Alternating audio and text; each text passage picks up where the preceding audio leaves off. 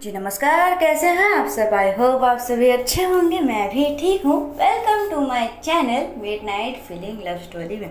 चलिए बिना कोई वक्त ज़ाया करे हम अपनी कहानी की शुरुआत करते हैं। कहानी तुम मिले तो हम बने, पार्ट 15। चलिए 15वें पार्ट तक हम पहुँच चुके हैं, तो थोड़ा बहुत प्रीवियस पार्ट भी जान लेते हैं। प्रीवियस पार्ट में होता क्या है, जो बरखा को सारी चीज़ें पता चल चुकी थी रोशनी के बारे में सारी चीज़ों से पता चलती है, तो वो अंदर से टूट चुकी थी। वो घर आती है, फ्रेशअप होती है और थोड़ी बहुत अपने मॉम एंड डैड से बात करती है, जो कि उसकी मॉम बाहर गई थी और शायद उसके डैड भी उसके पास नहीं थे। कहीं ना कहीं बरखा अपने मॉम डैड से थोड़ी सी दूर रहती थी और अपने दादी दादा से काफ़ी ज़्यादा क्लोज थी। और दूसरी तरफ जो हमारी रोशनी जी थी, वो बहुत परेशान थी। वो बार बार बरखा के बारे में ही सोच रही थी। वो कहीं ना कहीं प्रतिभा के बारे में ही सोच रही थी। प्रतिभा जो कहीं ना कहीं उसी के बारे में सोच रही थी। और वो अपने बालकनी में खड़ी होकर एक टक बाहर देखती है। उसकी मॉम आती है, उससे बातें करती है। कहीं ना कहीं उस दौरान ही वो लोग घर में आते हैं, बेडरूम में एंटर करते हैं। और फिर उसके बाद उस दौरान ही पता चलती है कि प्रतिभा और रोशनी के बारे में। उसकी मॉम कहीं ना कहीं बहुत खुश थी, लेकिन थोड़ी सी परेशान नहीं थी, थोड़ी सी शांत हो गई थी। मानो उनके मन में जो सवाल थी वो बताते तो नहीं हैं रोशनी को, और इवन रोशनी भी पूछती नहीं है, लेकिन वो चीज़ों को एक्सेप्ट कर चुकी थी। यही रोशनी के लिए बहुत बड़ी बात थी। दूसरी ओर जो हमारी सलोनी जी थी, वो उस बुक को पढ़ने जाती तो है, लेकिन वो पढ़ नहीं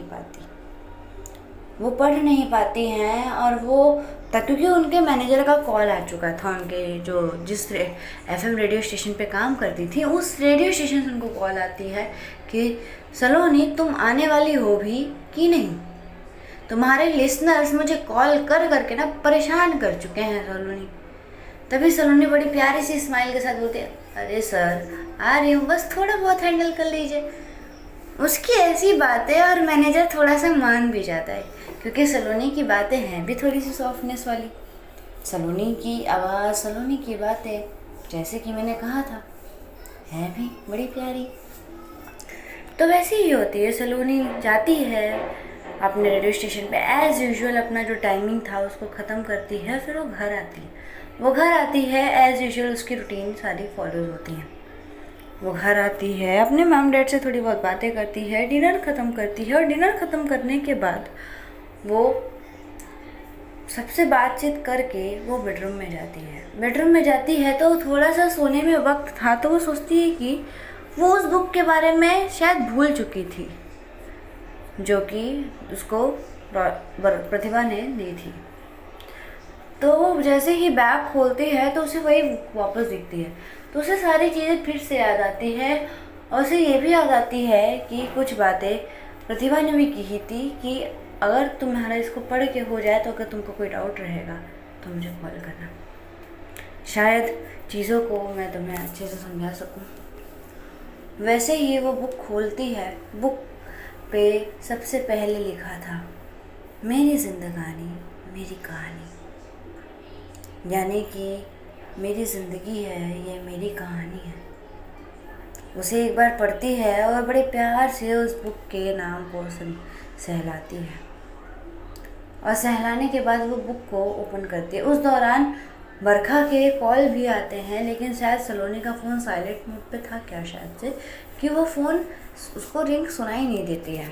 यहाँ बरखा बहुत बार उसे कॉल कर चुकी थी, लेकिन वो कुछ भी सुनती नहीं है।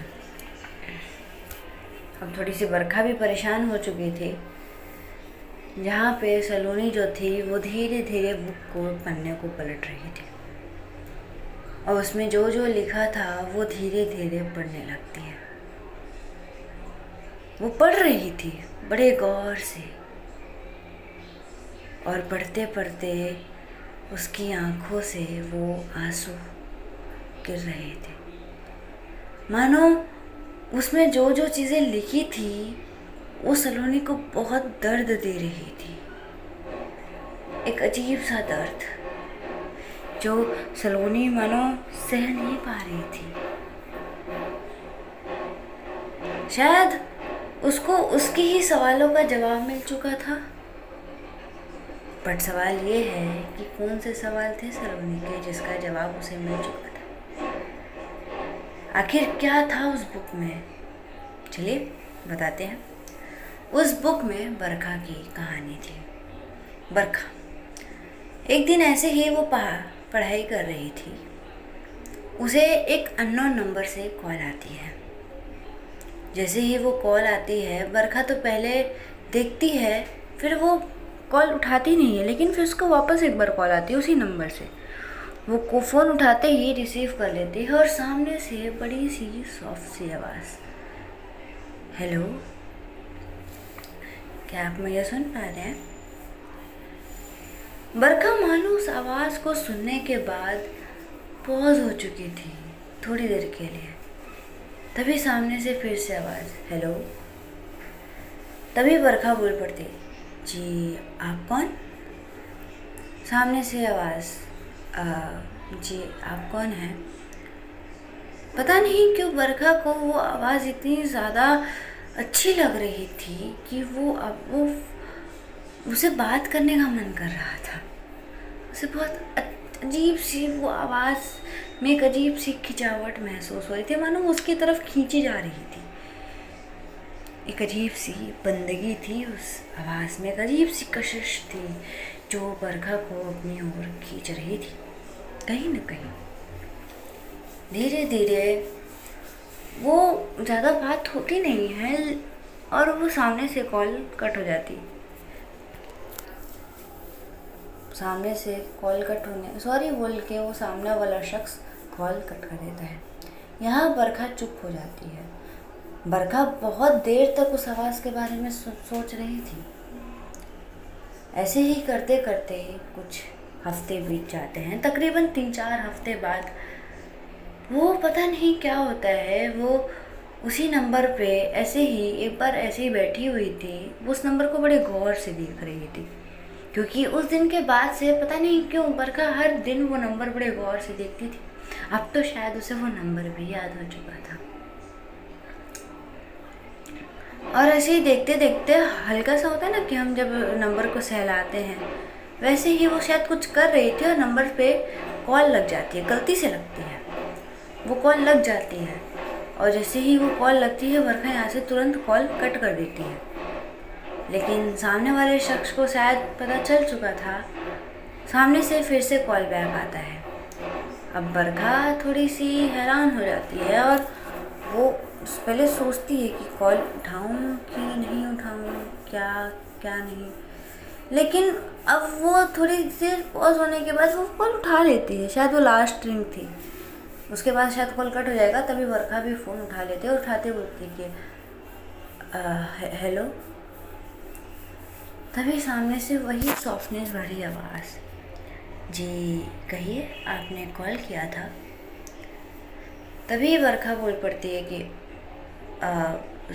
सॉरी, वो गलती से कॉल लग गया आपकी तरफ।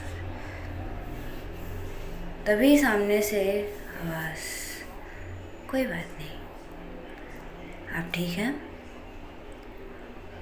ये सवाल बरखा को पता नहीं क्या होता है, उसे थोड़ा सा पॉज कर देता है।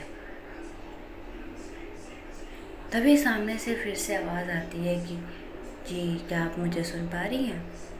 आप ठीक हैं? तभी बरखा की आवाज़, जी मैं ठीक हूँ।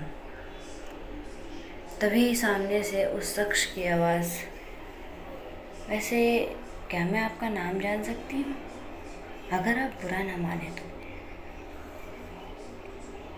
बरखा वैसे तो थोड़ी सी शौक होती है कि नाम क्यों जानना है, पर वो ज़्यादा सोचती नहीं है और बोलती कि बरखा नाम है मेरा। तभी सामने से एक बड़ी प्यारी सी स्माइल के साथ वो शख्स उस नाम को रिपीट करता है, Barkha, nice name by the way आपका। तभी बरखा बोलती, जी आपका नाम क्या है? उसी प्यार भरी आवाज़ से नाम पुकारती है, प्रिया। प्रिया नाम है मेरा। वो प्रिया नाम जैसे ही वो शख्स बोलती है कि जी मेरा नाम प्रिया है, बरखा के दिल में एक अजीब सी खुशी की लहर छा जाती है। वो उस नाम को 2 बार रिपीट करती है, प्रिया। प्रिया नाम है आपका, बहुत अच्छा नाम है। तभी प्रिया बोल पड़ती है कि मुझे नहीं लगता कि इतना अच्छा भी नाम है, वैसे मुझे मेरा नाम काफ़ी कैजुअल लगता है। तभी बरखा बोलती है कि ऐसा कुछ नहीं है, अच्छा नाम है। और ज़्यादा नहीं, कुछ थोड़ी बहुत बातें होती हैं और उसके बाद वो कॉल कट हो जाती है। फिर पता नहीं क्या होता है, बरखा रात में सोने जा ही रही थी, 12:30 बज रहे थे शायद। तभी बरखा उस शख्स को एक टेक्स्ट भेजती है, हाय का। तुरंत रिप्लाई आती है, जी नमस्ते, बताइए मैं आपकी क्या हेल्प कर सकती हूँ। तभी बरखा बोलती कि आपसे एक सवाल था। तभी वो प्रिया, सामने से प्रिया बोल पड़ती है, जी बोलिए। तभी बरखा बोल पड़ती कि क्या आप कोई रेडियो स्टेशन पे काम करते हो क्या? तो प्रिया एक स्माइल इमोजी के साथ पूछती कि क्यों? तभी बरखा बोलती कुछ नहीं, वो थोड़ी बहुत आपकी बातों से लगता है इसलिए। वही थोड़ी बहुत मस्ती मजाक वाली बातें होती, थोड़ी सी, ज़्यादा नहीं। एक दो चैट्स और होते हैं दोनों के बीच में, बाकी बरखा फिर उसके बाद चैट्स नहीं करती। ऐसे करते करते कुछ समय बीत चुके थे। बरखा आए दिन, हर दिन उन्हें गुड मॉर्निंग का टेक्स्ट भेजती है और रात में गुड नाइट का। सामने से भी कुछ ऐसी ही चीज़ें होती हैं, गुड नाइट और गुड मॉर्निंग की चीज़ें। ऐसे करते करते 1 हफ्ते बीत जाते हैं। अब 1 हफ्ते बाद धीरे धीरे उनके बीच में कन्वर्सेशन शुरू हो जाती है। गुड नाइट और गुड मॉर्निंग के टेक्स्ट से थोड़ी सी आगे बढ़ते हुए खाना खाया और आज के दिन कैसा गया, ये सारी बातें भी धीरे धीरे होती लगती है। समझ में आ रहा था बरखा को कि जो प्रिया है वो काफ़ी अंडरस्टैंडेबल पर्सन है, चीज़ों को लेकर बहुत समझती है। और कहीं ना कहीं दोनों के बीच में थोड़ी बहुत कॉल पे, ज़्यादा नहीं, 2-3 मिनट बातें होती थी। कहीं ना कहीं बरखा को उनकी आवाज़ सुनने की अच्छा लगता था। उनको अच्छा लगता था कि जब वो उनकी आवाज़ सुनती थी।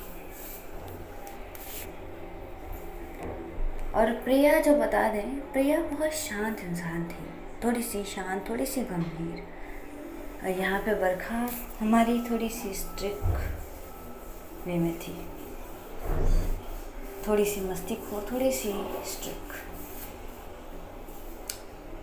वैसे ही होती हैं। ऐसे करते करते तकरीबन 2-3 महीने बीत जाते हैं। 2-3 महीने तक में बरखा और प्रिया की दोस्ती बहुत अच्छी हो चुकी थी, गहरी बोल सकते हैं। दोनों एक दूसरे से अब अपने दिन की सारी बातें शेयर करते थे, इवन दिल की भी सारी बातें। लेकिन कहीं ना कहीं बरखा के दिल में कुछ और ही थी चीज़ें, जो कि बरखा कहीं ना कहीं बता नहीं पा रही थी सामने वाले शख्स को। वो घबरा रही थी शायद बताने से। उसे अजीब लग रहा था कि मैं कैसे बताऊंगी ये बात। वो कहीं ना कहीं प्रतिभा को पता चल चुकी थी, तो प्रतिभा उसे थोड़ी सी उत्साह देते हुए बोलती कि बरखा, तू बरखा है यार, बोल दे, दिल की बात है।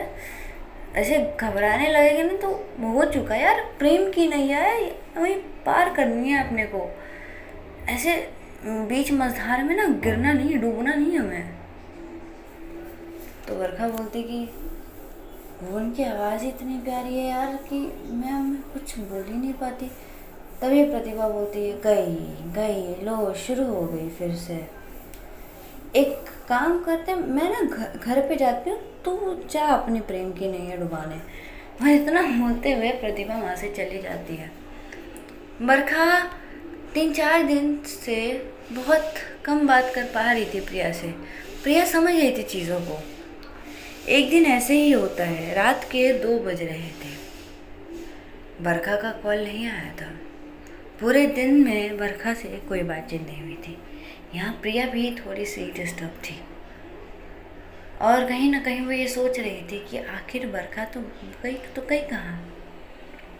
और दूसरी तरफ जो बरखा थी वो अपने कॉलेज के कुछ फंक्शंस अटेंड करने के बाद अपने दोस्तों के साथ थोड़ी सी बाहर गई थी और उस बाहर घूमने के चक्कर में वो भूल चुकी थी कि उसे आज प्रिया को कॉल भी करनी थी।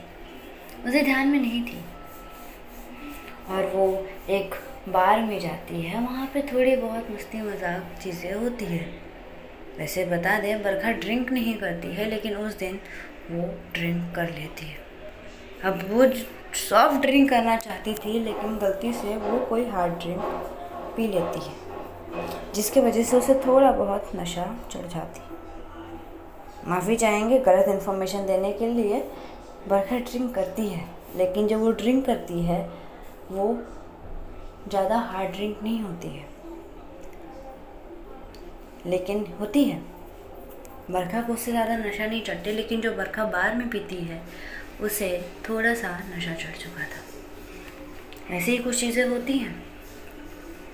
वो आती है, घर पे आती है। घर पे आने के बाद वो इतनी ज़्यादा थक चुकी थी कि वो बेड पे लेट चुकी थी। यहाँ प्रिया का उसे बहुत बार कॉल आ चुका था।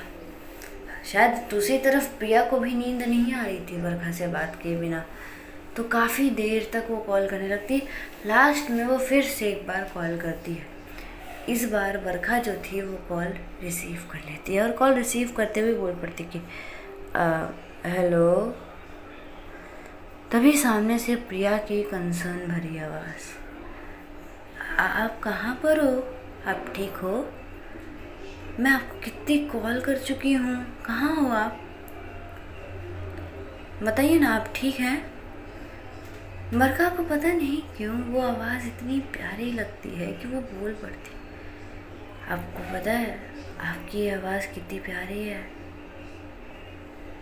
मैं जब भी आवाज़ को सुनती हूँ ना, मुझे एक अजीब सी सुकून मिलती है, एक अजीब सी शांति दिल में, एक अजीब सी ठंडक आप मेरे पूरे दिल में भर देती हो।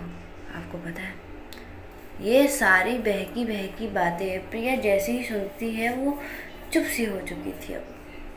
अब शायद उसके मुंह में से कोई भी बातें नहीं निकल पा रही थी, उसके अंदर से कोई बातें नहीं निकल पा रही थी। वो क्या बोले? वो बोल पड़ती कि आप ठीक हो आप? तभी बरखा को सामने से बोलते, सॉरी प्रिया जी, वो मैं ना बाहर गई थी थोड़ा सा, वो मैं गलती से मैंने ड्रिंक कर लिया और वो फिर चीज़ें ऐसी हो गई कि अब मैंने आपका कॉल रिसीव नहीं किया। तभी प्रिया थोड़ी सी स्ट्रिक्ट टोन में बोल पड़ती है कि आपने ड्रिंक क्यों किया? आपको पता है ना आप ड्रिंक करते हो तो, क्योंकि उस टाइम पे बरखा ड्रिंक नहीं करती थी, उसके बाद से उसने ड्रिंक करना शुरू किया था। शायद बोल सकते हैं कि वो जो ड्रिंक करती थी कहीं ना कहीं कुछ चीज़ें इस वजह से ही थी। लेकिन जितना कि हमें पता है कि बरखा ज़्यादा ड्रिंक नहीं करती है, शायद स्मोकिंग करती थी, ड्रिंक पहले नहीं करती थी। तभी बरखा की वही नशे भरी आवाज़, सॉरी ना प्रिया जी, ऐसे आपको पता है आप ना बहुत प्यारे हो, बहुत ज़्यादा। आप ना मेरे दिल में बस चुके हो पूरे तरीके से। आपकी बातें, आपकी यादें, आपकी आँखें, आपके होठ, आपकी पूरी की पूरी छवि मानो मेरे दिल में इस तरह बसी हुई है कि मैं कुछ भी देखूं तो मैं आप ही को फील करती हूँ। वैसे मैंने आपको अभी तक देखा नहीं है, लेकिन पता है आपको, मैं आपको इमेजिन करती हूँ अपने पास। तभी प्रिया बोल पड़ती, क्यों आप मुझे इमेजिन क्यों करते हो? तभी वर्षा बोलती है, आप मुझसे पूछ तो ऐसे हो जैसे आपको तो पता ही नहीं है कि इतना ही बोलती है कि प्रिया आगे सुनने के लिए बड़े ध्यान से सुन रही थी, लेकिन वर्षा कुछ बोलती नहीं उसके बाद। तभी प्रिया बोलती है कि क्या आगे बोलिए। तभी वर्षा बोल पड़ती है, नहीं कुछ नहीं, आप नहीं समझोगे, शायद मैं भी नहीं समझ पाई अभी तक। तभी प्रिया बोलती है कि ऐसी कौन सी चीज़ें हैं जो आप नहीं समझ पा रही और शायद मैं आपको नहीं समझ पाऊँ। तभी वर्षा बोलती है कि आपकी चीज़ें, आपकी बातें, आपकी आँखें, आपकी यादें जो मेरे दिल में बसी हुई है, जिसकी छवि मैंने अपने दिल में बनाई हुई है, वो सारी चीज़ें। आपको पता है कहीं ना कहीं मुझे आपकी आवाज़ से प्यार हो चुका है, और आपसे भी। बस इतना ही बोलना काफ़ी था। यहाँ प्रिया एकदम चुप हो चुकी थी, मानो एकदम शांत। वो समझ रही थी वर्षा की सारी चीज़ें, और वो कुछ बोलना नहीं चाहती थी शायद इस चीज़ पे। वो चुप सी वर्षा की सारी बातों को बड़ी गौर से सुन रही थी। धीरे धीरे सारी चीज़ें, सब कुछ। दूसरे दिन वैसे ही हो रहा, थोड़ी बहुत बातें करके प्रिया कॉल कट कर देती है। हाँ, थोड़ी सी वार्निंग दे के कि आप मुझे सुबह उठ के कॉल करिएगा।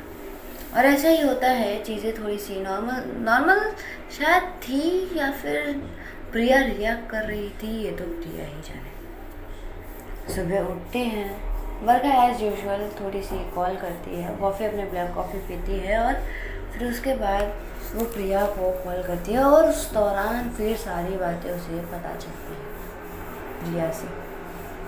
और कहीं ना कहीं अब वो थोड़ी सी एम्बैरेस फील कर रही थी जो उसने प्रिया को बोला। लेकिन वर्षा थोड़ी सी शॉक होती है जब प्रिया उसे ये बोलती है कि मैं भी आपसे बहुत प्यार करती हूँ, बहुत ज़्यादा। आई डोंट नो कैसे, क्यों, कहाँ से, लेकिन शायद हाँ है, आपसे भी मुझे बहुत प्यार है। ये पहली दफ़ा थी जब वर्षा की आंखों में खुशी के आंसू आ चुके थे। वर्षा उस दिन प्रिया से सुबह सुबह बात करने इतनी ज़्यादा खुश थी, बहुत खुश थी उस दिन वर्षा, बहुत खुश। शायद कहीं ना कहीं प्रतिभा भी चीज़ें समझ रही थी, उसे पता भी चल जाती है चीज़ें, और वो भी बहुत खुश थी वर्षा के लिए। अब जो भी है बहन है। आर्यन को प्रतिभा बता चुकी थी सारी चीज़ों के बारे में। आर्यन तो चुप था, ज़्यादा बोलता तो नहीं है, लेकिन आर्यन समझ रहा था कि वर्षा कितनी खुश है, तो वो डिस्टर्ब नहीं कर सकता था, उसकी खुशियों में कुछ बोल नहीं सकता था। धीरे धीरे अब कुछ समय बीत जाते हैं। वर्षा को जो प्रिया थी उससे मिलना था, वर्षा मिलना चाहती थी प्रिया से। एक दिन दोनों के बीच में ऐसे ही बातचीत हो रही थी, तभी वर्षा बोलती है कि क्या आप फ्री हैं कुछ दिनों के लिए? तभी प्रिया उसकी कुछ बातें समझ नहीं पाती है, तो वर्षा बोल पड़ती कि हैं क्या आप? तभी प्रिया बोलती, क्यों, क्या हो गया? आप कोई इशू है क्या, कोई प्रॉब्लम है आपको कुछ? तभी वर्षा बोलती, हे भगवान, आप कितना परेशान होते हो मेरे लिए, ऐसा कुछ नहीं है। और सच में 2 दिन तक वर्षा जो थी वो प्रिया से कोई कांटेक्ट नहीं करती। बता दे, जो प्रिया थी वो दिल्ली की थी, हमारे न्यू दिल्ली की, और एज यूजुअल जैसे हम सबको पता है वर्षा बनारस की थी। 2 दिन तक जब प्रिया से बरखा की कोई कांटेक्ट नहीं होती, प्रिया बहुत परेशान हो चुकी थी। और जब वो प्रतिभा से बात करती है तो कहीं ना कहीं उसे पता चलता है कि जो बरखा है वो घर पे है ही नहीं, कहीं गई हुई है। कहाँ गई है ये प्रिया को भी नहीं पता था। 2 दिन बाद प्रिया के फ़ोन पे एक कॉल आती है। प्रिया शायद उस समय सो रही थी क्या कुछ। प्रिया कॉल आती है, प्रिया कॉल रिसीव करती है, तभी सामने से बरखा की आवाज़, आप कहाँ पर हो? तभी प्रिया बोलती कि कहाँ पर हो? ये क्या है आपका? मैं 2 दिन से कितना परेशान हो चुकी, आपको पता भी है? हाँ, और आप हो कहाँ पे, पहले मुझे ये बताइए। हाँ, मैंने प्रतिभा को कॉल किया, प्रतिभा जी मुझे बोलते हैं कि आप तो घर पे नहीं हो, आखिर हो कहाँ पे? तभी बरखा उसे थोड़ी सी सरप्राइज़ करते हुए बोलती कि मैं तो आप ही के शहर में हूँ। भाई साहब, जो प्रिया को झटका लगता है। प्रिया लाइक क्या? तभी बरखा बोलती कि जी हाँ, मैं आपके शहर में हूँ और कहीं ना कहीं आप ही से मिलने आई हूँ। और वो थोड़ी बहुत एड्रेस बता देती है कि वो कौन से रेस्टोरेंट में है, कौन से होटल में रुकी हुई है, सारी चीज़ें। और वैसे ही प्रिया उससे मिलने भी जाती है। बरखा के कहीं ना कहीं बरखा के चेहरे भी ढके हुए थे और प्रिया के भी। दोनों एक दूसरे को चेहरे नहीं दिखाते, दोनों एक दूसरे से मिलते हैं, बातचीत होती है। और फिर उसके बाद जो बरखा थी वो अपने घर आ जाती है, कुछ दिन वहाँ पे रहती है, प्रिया से मिलती जुलती है और फिर उसके बाद वो घर आ जाती है। ऐसे ही करते करते कुछ 6 महीने बीत चुके थे। 6 महीनों में, इन 6 महीनों में बरखा हमारी बहुत बार प्रिया से मिलने जा चुकी थी। बहुत बार मतलब कहीं ना कहीं बोल सकते हैं 5 से 7 बार शायद। लेकिन कुछ जब वो आखिरी बार मिली थी उसके बाद से लेकर अब तक में इन 1 महीने हो चुके थे। इन 1 महीने में जो प्रिया थी वो बरखा से ठीक से बात नहीं कर रही थी। कोई इशू चल रहा था क्या, शायद से क्या था क्या नहीं, बरखा समझ नहीं पा रही थी। प्रिया का बहुत कम कॉल आने लग गया था, प्रिया की तरफ से ज़्यादा टेक्स्ट नहीं आते थे, ज़्यादा कॉल्स नहीं आते थे। बहुत 2-3 दिन में वो एक बार बात कर पाती थी बरखा से, वो ज़्यादा बात नहीं कर पा रही थी। इस चीज़ के रिलेटेड बरखा थोड़ी सी परेशान हो चुकी थी और अब बरखा को शायद प्रिया से मिलनी भी थी फिर से। अब तक में बरखा बहुत बार प्रिया से मिल चुकी थी, लेकिन बता दें दोनों ने एक दूसरे के अभी तक चेहरा तक नहीं देखा है। चेहरा छोड़िए, दोनों ने इवन एक दूसरे को अभी तक हल्का सा छुआ भी नहीं है, टच तक नहीं किया दोनों ने एक दूसरे को। एक अजीब सी प्योरिटी थी दोनों के बीच में, एक अजीब सी कनेक्शन, एक अजीब सा अटैचमेंट दोनों के बीच में, दोनों के दरमियान, जिसको शायद एक फिजिकल टच की ज़रूरत नहीं थी। मानो एक दूसरे की आंखों में देख के एक दूसरे को महसूस करते थे दोनों। और जब बरखा पहली बार उसे मिली थी तो शायद वो पहली बार उसकी आंखों में देखी थी वो ही नशीली आंखें। हाय, मानो बरखा के दिलों पे कई खंजरों से वार की थी उसकी वो नशीली आंखें प्रिया की। और जितनी बार भी बरखा मिलती थी प्रिया से, उतनी बार बड़े गौर से उसकी वही नशीली आंखें में वो डूबने के लिए शायद तैयार रहती थी। उसकी वो मदहोशियत भरी बातें और वही नशीली आंखें, हाय बरखा के मानो दिल में ऐसे खंजर से वार होते थे कि उसे वो खुद को नहीं संभाल पाती थी। प्रतिभा प्रिया के सामने जाने से, प्रिया के चीज़ों को सुनने से, प्रिया को आंखों में देखने से। तभी ऐसे ही एक दिन बरखा को कॉल आती है। जिस दिन से कुछ समय से बात नहीं हो पा रही थी, ऐसे ही बरखा सो रही थी। रात के 12:30 बज चुके थे। 12:30 बजे प्रिया का कॉल आता है। वो कॉल बरखा रिसीव करती, क्योंकि कहीं ना कहीं बरखा प्रॉपर्ली सोई नहीं थी। तो बरखा वो कॉल रिसीव करती है और रिसीव करते बोलती कि हेलो। तभी सामने से प्रिया की एक आवाज़, वही सॉफ्टनेस से भरी, लेकिन थोड़ी सी उसमें टेंशन नज़र आ रही थी। हेलो, बरखा पता नहीं क्यों ये आवाज़ सुनते ही वो सो रही थी, उठ के बैठ जाती है और बैठते हुए बोलती कि आप ठीक हैं? क्या हुआ है? आप परेशान है क्या? कुछ हुआ है क्या? क्योंकि कहीं ना कहीं बरखा प्रिया की सारी चीज़ों को उनकी आवाज़ से ही समझ आती थी। तभी प्रिया का वो एक वर्ड, मुझे आपसे मिलना है, क्या हम मिल सकते हैं? क्योंकि कहीं ना कहीं बरखा को भी मिलनी थी प्रिया से, तो बोलती कि जी बिल्कुल, कब मिलना है? तभी प्रिया बोलती कि परसों आप आ सकते हो। बरखा तुरंत हाँ बोलती है, और हाँ बोलती है तभी उस टाइम पे प्रिया ज़्यादा कुछ बात नहीं करती, कुछ बातें बोलती है। अब क्या बोलती है ये हम बाद में डिस्कस करते हैं। और वो बातें बोलने के बाद यहाँ बरखा थोड़ी सी परेशान हो जाती, थोड़ी सी, ज़्यादा नहीं, और वो तुरंत प्रतिभा को कॉल करती है। वो प्रतिभा को कुछ चीज़ें बताती है। इस बार शायद प्रतिभा भी थोड़ी सी कंसर्न में बोलती कि मैं भी चलूँगी तेरे साथ। तो बरखा बोलती कि यार, पर तभी प्रतिभा बोलती कि देख, मुझे नहीं पता, अगर तू जा रही है तो इस बार मैं भी चलूँगी, नहीं तो मैं नहीं जाने दूँगी तुझे। तो बरखा कुछ नहीं बोलती, बोलती कि ठीक है चल। और वैसे ही होता है, दोनों वहाँ पे पहुँचते हैं। एक्चुअली एक दिन पहले ही पहुँचते हैं और वहाँ पे थोड़ा बहुत रेस्ट करते हैं। रात बीतती है, दूसरे दिन ऐसे ही वक्त गुजरते हैं। प्रिया जो थी वो बरखा को 12 बजे एक रेस्टोरेंट में बुलाई थी दोपहर के। वैसे ही होता है, बरखा पूरी रात सो नहीं पा रही थी, पता नहीं कौन सी सोच में डूबी थी, पता नहीं कौन सा डर, कौन सा दर्द, एक अजीब सी चीज़ें उससे दिल में हो रही थी। प्रिया समझ रही थी, लेकिन प्रॉपरली प्रिया भी नहीं समझ पा रही थी, प्रतिभा। ऐसे ही होता है, 12 बज रहे थे। यहाँ पे मानो बरखा की वो समय भी बहुत धीरे धीरे जा रही थी। बरखा बहुत इंतज़ार कर रही थी।